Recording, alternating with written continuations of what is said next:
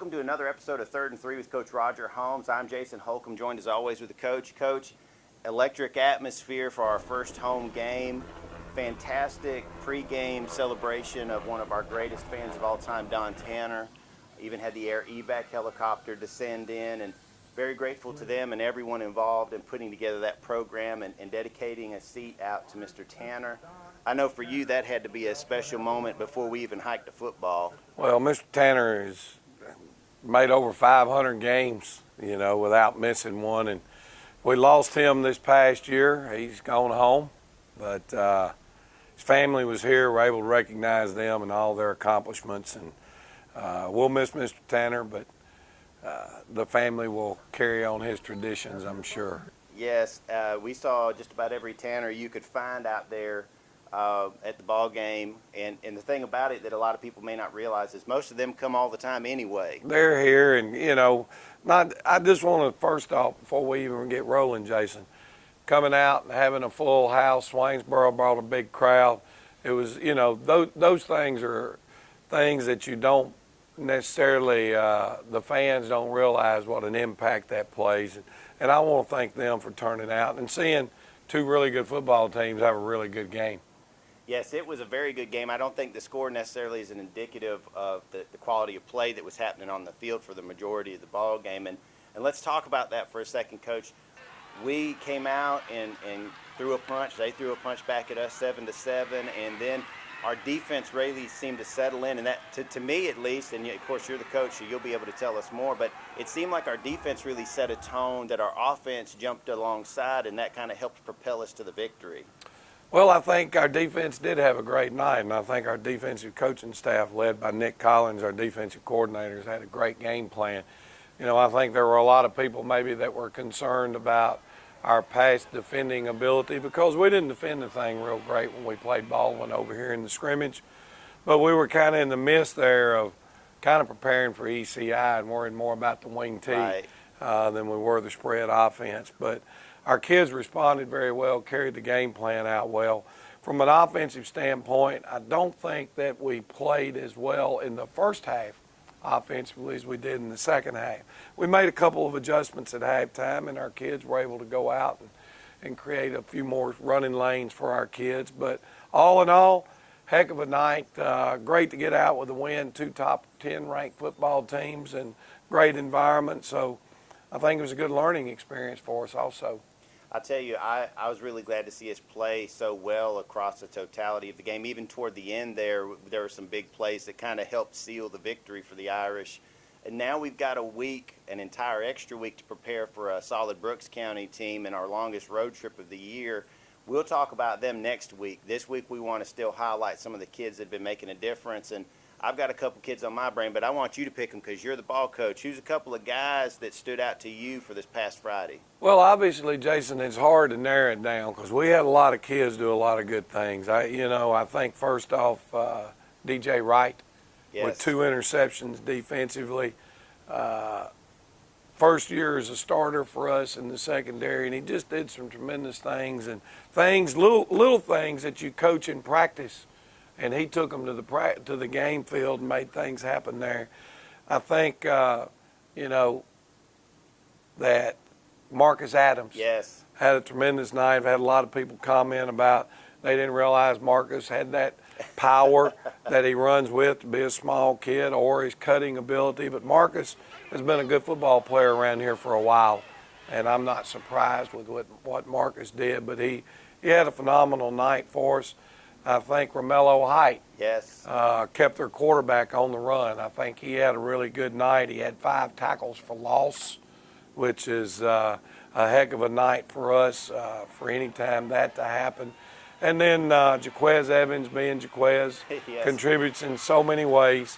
And then the young man that I want to, really pitch a bone to, and Kendall Wade got banged up during the game the other night, and Markel Mitchell had to come off the sideline and did a great job. He had a short run on a quarterback sneak for a touchdown, but through the last touchdown pass, it kind of secured the win. And it was good to see him take his efforts to the field and shine for us under some tough situations. Well, I'm going to tell you, Coach, you talked about Markel, and it was so neat to see him just step right in and make a difference. We really didn't lose much of a beat whatsoever, and honestly, he was a little beefier against a solid Swainsboro line. I think that may have contributed some as well. But Marcus Adams, I have to say, in all my years of watching Dublin football, he's the closest I've seen in that game to Brian Wiltshire in that whole time. His ability to cut and change speed and get right back up to top speed. And that one run on the sideline was just purdy. Well, it was an exceptional run, but, you know, also if you look, man, we had a lot of kids getting downfield, throwing blocks for him, making great efforts. But Mark can be as good as Mark wants to be. He's a very talented young man and a great student and good kid. Yes, my son speaks highly of him. They've worked together in machine tool class over at OFTC. And, Coach, we've got a bunch of great things happening over the next couple of weeks. One that's happening soon is our barbecue plate sale. Those tickets are being wrapped up today, but you can still check in. There may be a few more. We don't want to discourage folks. If you want to buy some, we're going to sell them to you. You just got to make sure to come by and talk with us. We'll get you some tickets.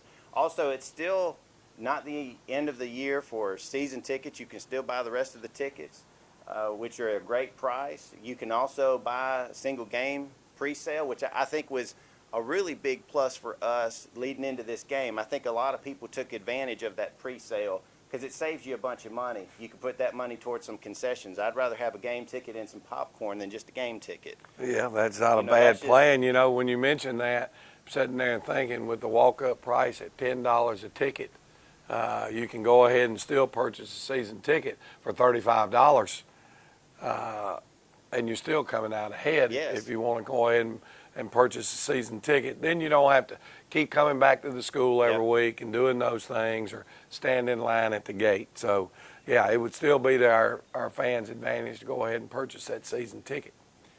Well, like I said, we've still got a solid 2 weeks before we're going to be playing football again, and when we do, it's going to be right on the edge of Florida. I've actually had the opportunity to go down there and cover a ball game way back in 2004. It's a drive, whether you're in a charter bus or like I was in a 93 Accord with no air conditioning in August. Not a good one, Jason. No, I got my old sports boss still apologizes regularly. If Quitman ever comes into the conversation, he'll say, you know, I'm real sorry I sent you down there. I shouldn't have done that. So now I've said it again, so he'll have to apologize in our comment section down here on 3rd and 3 this evening. But, Coach, we need to wrap up the show like we do every week. We've got to talk about a couple mustaches.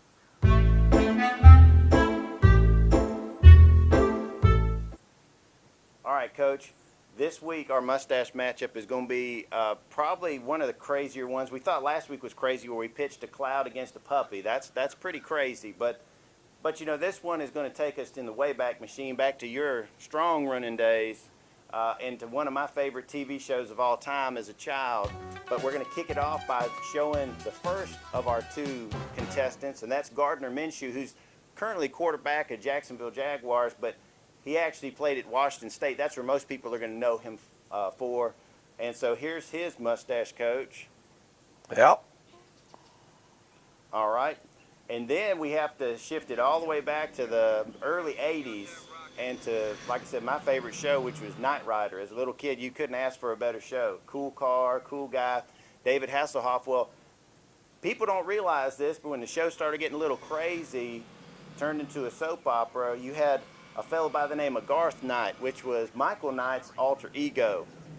The only way they could differentiate the two was by letting Garth Knight wear a soul patch and a mustache. So there is Garth Knight. So we've got our two contestants, Coach, Gardner and Garth Knight.